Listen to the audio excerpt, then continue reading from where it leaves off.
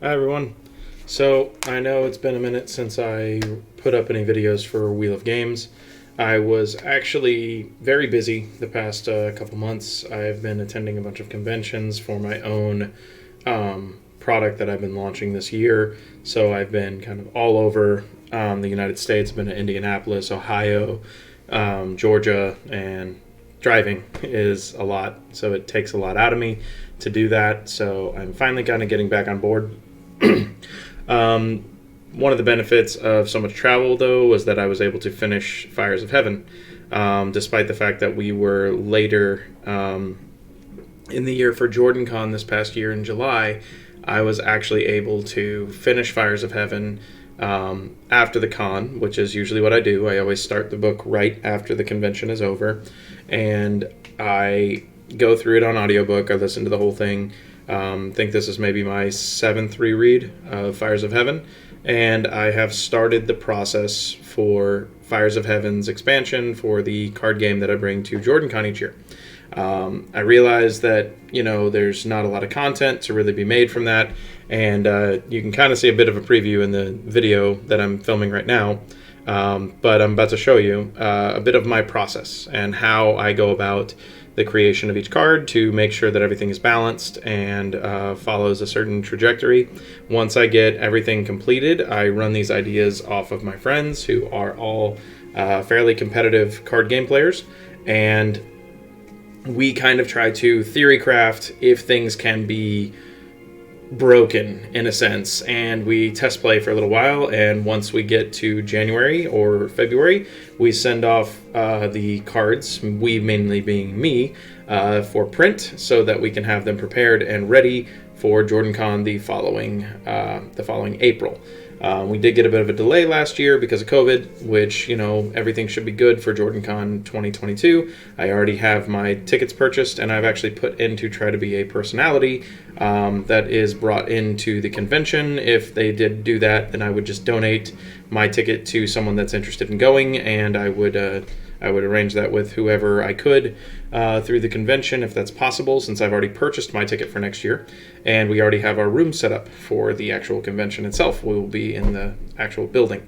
So moving past all this stuff that I'm talking about, I just wanted to get into a little bit of my process just to show you kind of where the bare bones of this process starts. So I'm going to switch over to my other camera, and I will get smaller in the corner. So here we go. So this is a very cut and dry version of what I do every single time that I set up a card. This is also something that I will advise anybody that is making their own card game to do. It is very good to have a spreadsheet of everything that you're including on the cards. This makes it easier for transition whenever you're moving into Photoshop to produce the cards, which is what I do personally. There's a lot of people that can create them in InDesign, Illustrator, and all those other things, but I tend to use Photoshop because that's how I learned when I was younger. And you get a little bit of a teaser of some of the newer cards that I'm creating. Here, I actually have a few of the effects kind of spelled out. My spell checker still doesn't like words like channelers because, it's channeler is not technically a word, and I have to add it to the dictionary here. But I was going to kind of just go over what I do. So I segregate each of the sections by color. So as you can see, these are the black cards, these will be the white cards, these are the green cards, red, blue, gray, yellow, brown, and then the victory conditions, the weaves of the pattern, and the items that I've selected for this specific book.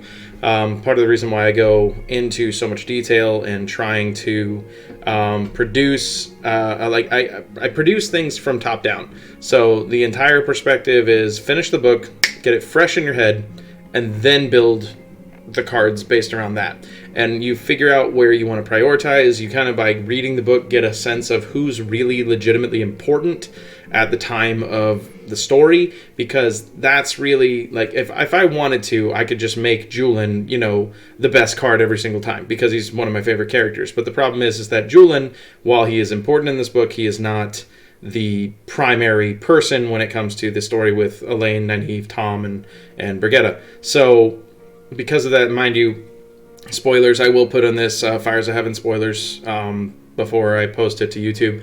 But the main point is that I'm going to go over a list of the candidates of the cards that have made it into the set.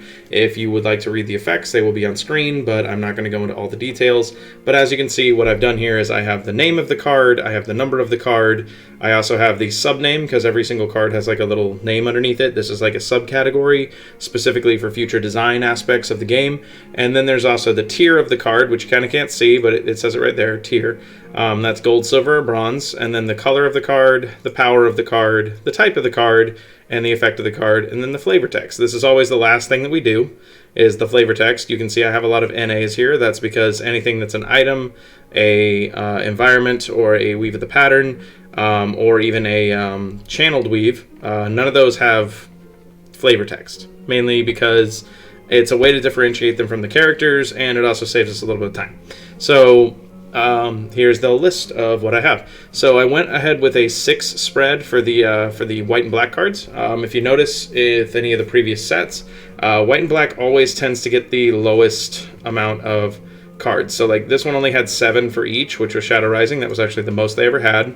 5 for each was Dragon Reborn, 5 for each was for Great Hunt, and 5 for each was for the Eye of the World. So I went with 6 just because, you know, it kind of opened up a little bit more design space, gave me a little more space for the actual environments, because in the last set we only had about 5 environments and 5 weaves, mainly because even though there's a lot of things going on in Shadow Rising, they don't really go a lot of places. To give you an example, I have Ruidian and I have the Io Waste categorized as 2 separate things, which, to be fair, it's true, but they mainly spend the whole time in the Aiel Waste, or you're in Emond's Field, or you're in Tenchiko. That's pretty much it, besides tier, and I already had a tier card, so that's kind of why we do that. So, on to the names. Here we go. So, at the start, we have the black cards. We have Ravin, we have Lanfear, we have Moghedien, we have Couladin, again. We have Balefire Thread, which is a new thing that I'm doing. I'm making Silver Weave cards, because in the previous set, I believe it was Shadow Rising, yeah, I made the access key card, which says that you can activate a Silver Weave card twice, which there are no Silver Weave cards. That's like a teaser for the future. So this is your Silver Weave. And then we have Dragonsworn is the black bronze card. So I usually try to toss in 1 black or white bronze card in each set now, maybe 2. That's just to give people a little bit more variety, and these are used as placeholders to fill out the rest of the set. And I kind of wanted this idea of righteousness versus this idea of, you know, righteousness. But you have these 2 separate sides, which part of what I love making about this is that every single card gets its own, you know, mirror side. So if I make a black version of a card, I can make a white equivalent, but it'll be different. And so every time I design a card, I'm kind of making 2 at the same time, which is really cool because it speeds up the design process, and it also serves to balance, because I'm a strong proponent of balance in games, and that's part of why I love the Wheel of Time so much. So for the first time ever, we have Rand al'Thor finally completing the full rainbow. He is a white card. What I mean by that is he's been a green card, he's been a red card, he's been a blue card, I believe. He's been a gray card, a yellow card, and a brown card. So he should be at the full rainbow moment now, because the reason why I had him be a white card is because he's finally kind of gaining control of his capabilities in this story. So he's not as chaotic as he's been in the past, where he doesn't have full control over what he's doing. There are still moments in the story where he self-righteously admits, I don't know exactly what I did, but that's the point. So then we have Moraine. We have, mainly because it's her last iterance, so I made her a gold card in this. Nynaeve, because she gets her shining moment with Moghedien later on in the story. Lan, because we're not going to see him for a little while, and I kind of wanted this thing of all the main characters kind of trekking around each of the different color schemes. That way everybody that plays with any color can do it. We have Bonding. That is the silver weave for white. Bonding is basically a big deal in this book because it saves Brigitta's life. Spears of the Dragon, again, doing something against tradition for the sake of following through with what they deem as a truth, versus Dragonsworn, which are doing away with what they seem as tradition to follow something that is truth. But there's two different sides to that, and one is viewed as evil, one is viewed as evil, one is viewed as good, one is viewed as good. It's kind of cool. I like that I did that. Pat on the back. Anyway, so we have Matt, we have Bale, because Bale gets mentioned a lot in this book. And I kind of wanted to do this thing where each of the chiefs kind of got their own gold card. I already have a Rurark card, so Bale is more directly involved in combat, so I made him a green card. Brigitta, because she's Brigitta. I mean, she's going to be gold. Talmanis and Nalisian. Both of these guys play a big role, and as you can see, we have a Band of the Red Hand tribal kind of coming into play. So this will be kind of its own deck, similar to the Wolves that will be that have already existed and that will be there in the future. We also have Pips, which is a horse, which I've already made horse cards before, but this is a silver horse, so it's a little bit better than the other ones. Lightning Strike happens to be the green silver weave. And then we have Scouts, Pikemen, and Cavalry. These are all having to do with Band of the Red Hand because Matt does his cool thing against Couladin throughout the story. Galad gets brought back, and I always put their full names, so that's mainly for like contextual stuff, so people can actually, it's kind of like a living dictionary, or living encyclopedia, which is kind of fun. We have Tom, we have Uno, Min, and Julin, all listed in red. And finally, Jihadin and Shielding as the last of the silver and gold cards for red. As you can see, we got Jihadin and Pips here. Jihadin being Rand's horse, Pips being Matt's horse. Rand kind of takes a defensive position in this story. He goes on the aggressive, but at the end. But anytime that he's on the horse, he's kind of defending things, which is why I put him in red, versus Pips, who is charging into battle with Matt. So that's another fun little parallel. Shielding, again, finally the first card that can actually deal with channelers out the gate. We have a new timing condition on this, which adds a little bit of spice. It adds a little bit of a elevation to gameplay to the game, but it also is, again, very situational, which is part of what I specialize in, is we have really powerful cards with all this text on them, but if the timing isn't right, the card does absolutely nothing. So... And then we have Strongman, Street Tough, and Andorran Soldiers. These are the remaining red cards. The Strongman being a representation and like a holdover for Petra, because Petra, while he is important, he is not important at this point in the story. He's very much more important later on in the story. So he gets to be a bronze card right now. Street Tough also being I think Lamgwin, who comes with more gaze throughout the story, and Andorran Soldiers being... pretty much the guys who are against Morgaze in Caemlyn.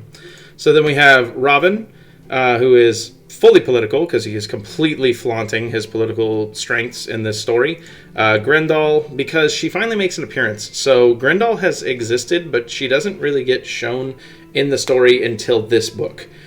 People know what she sounds, people know her name, people know about her, but she is not featured until this book. So I made her a gold card because usually whenever a Forsaken debuts, boom, you're a gold card most of the time. Except Moghedien, because she's kind of slinky. Then we have Morgaze, we have Lenny, because, who doesn't love Lenny? Martin Telenvor, again, you always call him Guardsman Lieutenant Telenvor, but his name is actually Martin.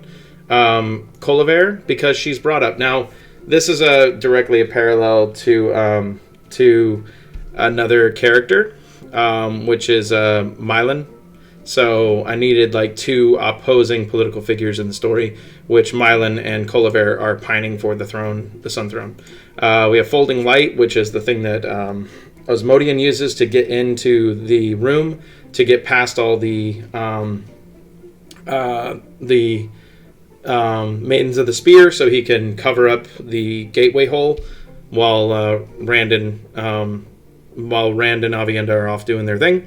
And then we have Retainers, we have Sycophants, because that's a fun word to type out, and we have Minor Nobles. So we finally got just some regular, characters. Again, Retainers being who goes with Morgaze, Sycophants being the ones, licking Robin's boots, and Minor Noble being the people in Carian trying to pine for the throne.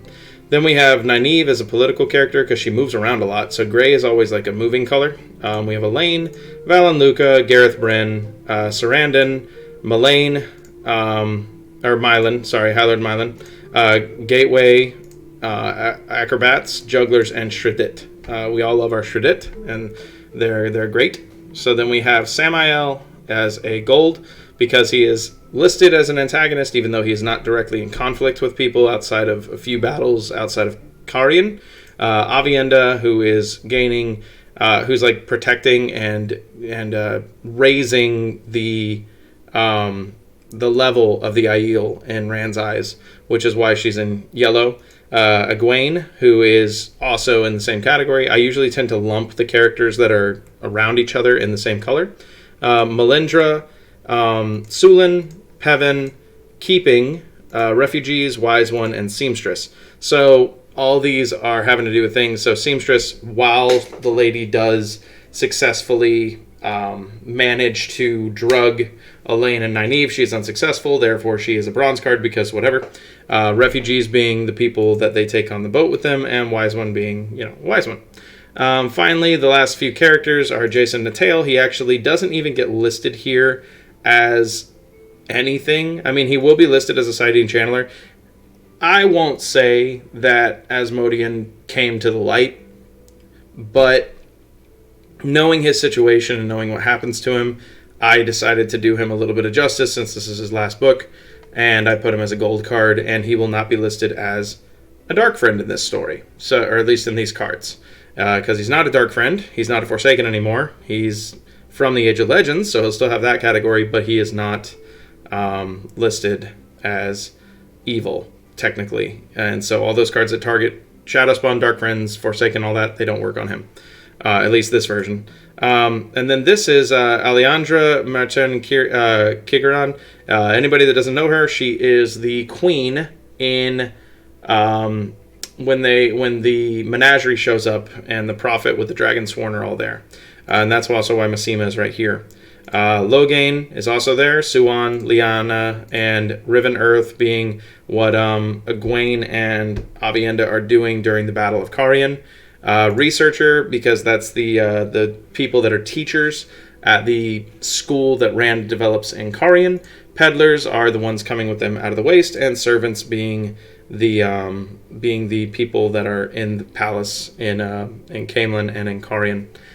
Finally, we have our locations. So we have Core Springs, which is where the barn gets burned down and Gareth Bryn starts in pursuit of Suan and the party.